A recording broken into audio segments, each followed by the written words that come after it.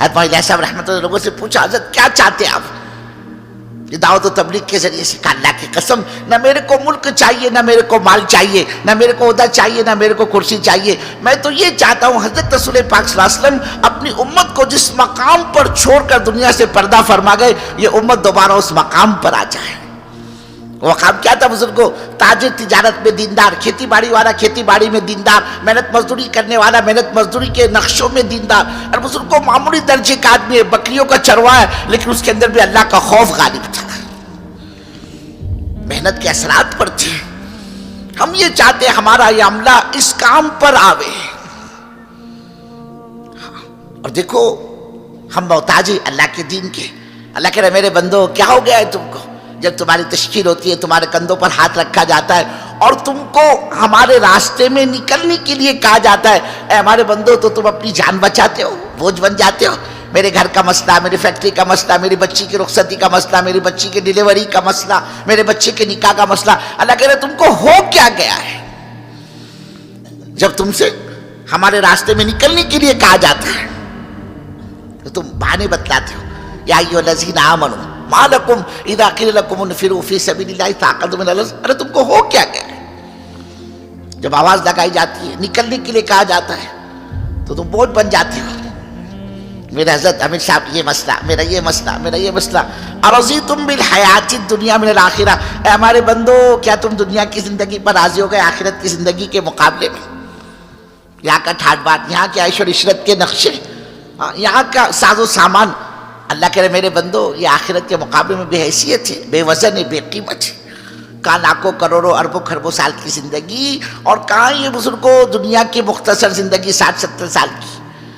ہماری عمریں ہے کیا؟ اللہ کی نبی کا فرمان ہے میری امت کو جو عمریں ملی ہے مابین 60 و 70، 60 اور 70 کے درمیان کی، اور بزرگوں کوئی سینکڑوں ہزاروں میں سے اللہ کا ایک آدھ بندہ سینچری پوری کر جائے وہ اور بات ہے، کس نے تو 100 سال پورے کر لیے، بقیہ تو آدمی 50، 55، 60، 65، 70 کے اندر اپنا بوریا بستر کو ڈال لیتا ہے۔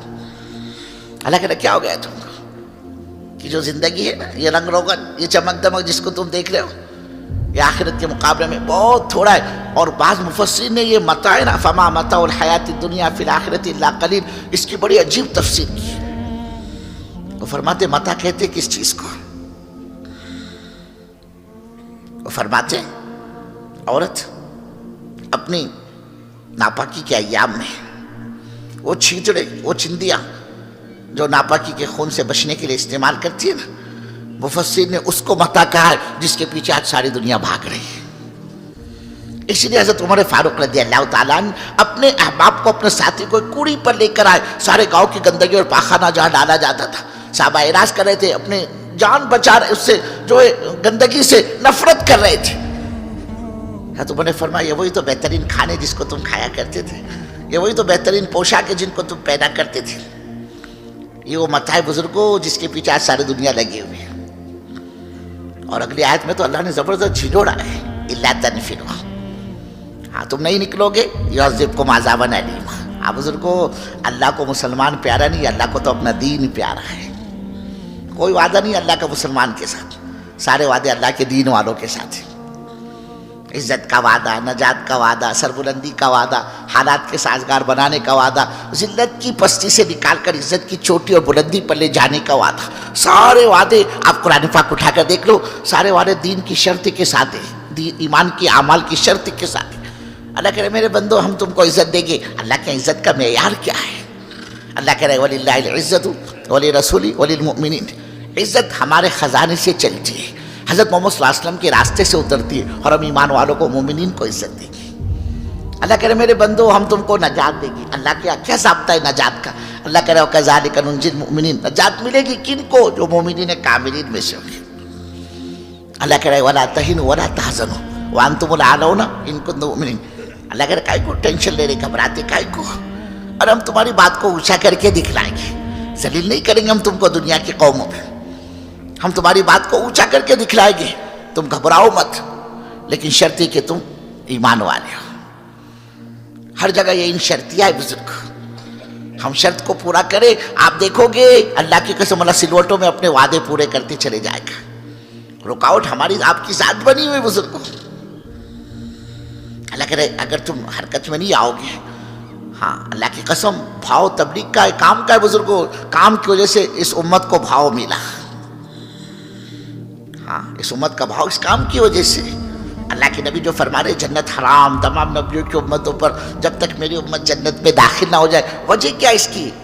اللہ نے اس کے حوالے نبیوں والا کام دیا کہ حضرت رسول پاک صلی اللہ علیہ وسلم پر نبوت کا دروازہ تو بند ہو گیا بزرگوں، لیکن کار نبوت اللہ نے اس امت کے حوالے کر دیا۔ اب اس امت کا پی ایچ ڈی، اس امت کا ایم کام، اس امت کا LLB، اس امت کا ہاتھ لاری لگانے والا، اس امت کا مونگ پھلی بیچنے والا، اس امت کا ڈاکٹر، اس امت کا وکیل، اس امت کے مفتی صاحب، اس امت کا محدث اور اس امت کا مفسر، اللہ کی قسم سب اللہ کے دین کے ذمہ دار ہیں۔ یہ دعوت کسی ایک کی ٹھیکیداری اور اجارہ داری نہیں ہے بزرگوں کہ بھائی یہ کام بولے تبلیغ والے کرے اور بولے میرا تبلیغ سے کوئی تعلق نہیں۔ اللہ کی قسم یہ یہاں تو اپنی جان بچا سکتا ہے، اللہ کی اپنے کو نہیں بچا سکتا۔ سب سے بڑا مجرم ہے بزرگوں جو دین کے تقاضوں سے دعوت سے اپنی جان بچاتا۔ پتہ نہیں امت کا کیا ہو گیا، شراب پینے کو امت گناہ سمجھتے، زنا کو امت گناہ سمجھتے، چوری جھوٹ اور ڈکیت کو امت گناہ سمجھتی ہے۔ ارے بزرگوں دعوت کی محنت کو چھوڑنے کو امت گناہ نہیں سمجھتی، جبکہ یہ مہا پاپ ہے، سب سے بڑا گناہ ہے۔ جب دعوت زندگیوں سے نکلتی ہے اس کے نتیجے میں بے دینی کی فضا عام ہوتی ہے، جس کے نتیجے میں ساری گندگیاں پھر وجود میں آتی ہیں۔ انبیاء صلی اللہ علیہ وسلم کے آنے سے پہلے امت کا کیا حال ہوتا؟ نبی آتے، ان کے ساتھ ان کی دعوت آتی، جس کے نتیجے میں زندگیوں سے دین آتا، گندگیاں صاف ہوتی چلی جاتی۔ جہاں نبی گئے ان کے ساتھ ان کی دعوت گئی، ان کا دین گیا، نتیجہ کیا آتا؟ امت پھر دوبارہ گندگیوں میں مبتلا ہو جاتی۔ آج امت نے اس کو سمجھا ہی نہیں کہ میرا وظیفہ حیات ہے، میری زندگی کا مقصد ہے۔ اللہ نے جو اس امت کی اپنے پاک کلام میں تعریف کی، اس کی وجہ کیا بزرگوں؟ ہم سے پہلے بھی تو امت دنیا میں آئی، ہم ایسے کون سے سرخاب کے پر لگے ہوئے؟ اللہ ہم جیسے گرے پڑو کہ اپنے پاک کلام میں تعریف کر رہا ہے تم بہترین امت ہو۔ وجہ کیا اس کی؟ کہ یہی اللہ نے اس امت کے حوالے نبیوں والا کام کیا، تبھی تو کل قیامت میں نبیوں کے ساتھ ہوگی بزرگوں، نبیوں کے دسترخوان پر، نبیوں کے آگے پیچھے۔ پچھلی امتیں دیکھ دیکھ کر اس قوم کو، اس امت کو رشک کرے گی اور آپس میں کہے گی بھائی صاحب یہ کس قوم کے نبی ہے؟ ان کو کہا جائے گا بھائی یہ کسی قوم کے نبیوں بھی نہیں ہے، یہ حضرت محمد صلی اللہ علیہ وسلم کے امت ہی ہے، جو حضرت رسول پاک صلی اللہ علیہ وسلم کے دنیا سے پردہ فرما جانے کے بعد آپ والی محنت کو زندگی کا مقصد بنایا تھا۔ یہ وہ ہے جن کے آج تم ٹھاٹ بات دیکھ رہے ہو۔ اللہ کی اب اس کو مقام ملا اس کام کی بدولت بزرگ۔ اللہ کہہ رہے بندو، اے ہمارے بندو، الا تنفروا، اگر تم حرکت میں نہیں آؤ گے اور نہیں نکلو گے، یعذبکم عذابا الیما، اللہ تمہیں دردناک عذاب میں مبتلا کر دے گا۔ رہ گیا اللہ کے دین کا مسئلہ، دین کا کیا ہوگا؟ اللہ کہہ رہے وہ کسی کے محتاج تو ہم ہیں نہیں، وَيَسْتَبْدِلْ قَوْمًا غَيْرَكُمْ، نئی قوم کو لائے گیا۔